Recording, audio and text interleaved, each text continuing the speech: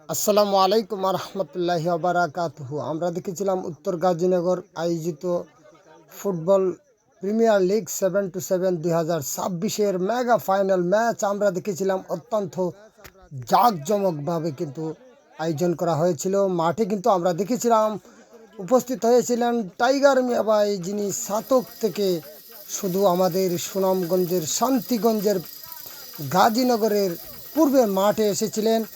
আমরা ইতিমধ্যে দেখেছিলাম যিনি প্রথম পুরস্কার দাতা জনাব আক্কাস মিয়া সাহেব, সাথে আছেন বিএনপির আরেকজন নেতা জনাব হাফিজুর রহমান।